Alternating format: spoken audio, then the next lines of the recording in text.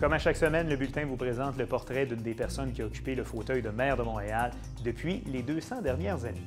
Et aujourd'hui, on vous présente un dentiste de l'Estrie qui, après avoir débuté sa carrière aux États-Unis, a contribué à fonder ce qui est devenu l'Ordre des dentistes du Québec.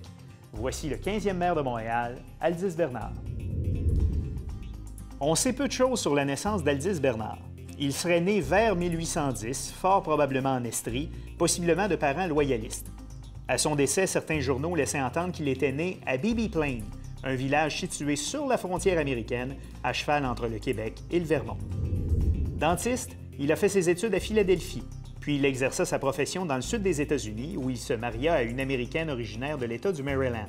Après un bref passage dans la région du Niagara, il s'installa à Montréal en 1841. Avant son entrée en politique active, Bernard a plaidé pour que les dentistes fassent partie du Collège des médecins et chirurgiens du Bas-Canada. Après avoir essuyé un refus, il a contribué à fonder l'Association des dentistes de la province de Québec une vingtaine d'années plus tard. Il en fut le président jusqu'à sa mort. Unilingue anglophone, il fut élu conseiller municipal du quartier Montréal-Centre de 1858 à 1861, puis de 1866 à 1873. Il présida les comités de la police et de la santé.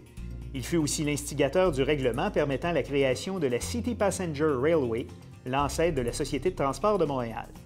C'est aussi sous son impulsion que l'inspection du lait devint obligatoire et que la vente de spiritueux fut interdite le dimanche. En tant que président du comité des finances, Aldis Bernard négocia pour la ville en 1872 le premier emprunt de Montréal sur les marchés de Londres.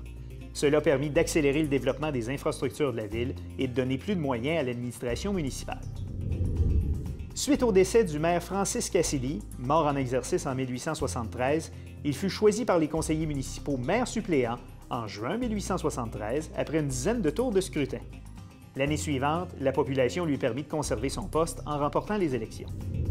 Sous son administration, la ville aménagea le parc du Mont-Royal, loua du gouvernement fédéral l'île Sainte-Hélène afin d'en faire un parc, puis acquit l'ancien cimetière protestant qui deviendra le parc Dufresne, qui était situé sur le site de l'actuel complexe Guy Favreau. De plus, la Charte de Montréal fut modifiée afin de donner plus de pouvoir à la ville en matière d'hygiène et de santé publique. Dorénavant, le conseil municipal peut voter des règlements en matière de santé, intervenir dans des endroits insalubres et interdire que l'on garde des porcs et des truies dans les limites de la ville. En 1875, Bernard ne reposa pas sa candidature au poste de maire de Montréal. Il se retira de la vie publique et déménagea en Californie. Il mourut quelques mois plus tard à San José, puis fut enterré à Montréal en juin 1876. Une importante procession fut organisée pour son inhumation. La Ville de Montréal se souvient d'Aldis Bernard par une petite rue nommée en son honneur en 1998 dans le quartier Maisonneuve, au sud de la rue Sainte-Catherine-Est.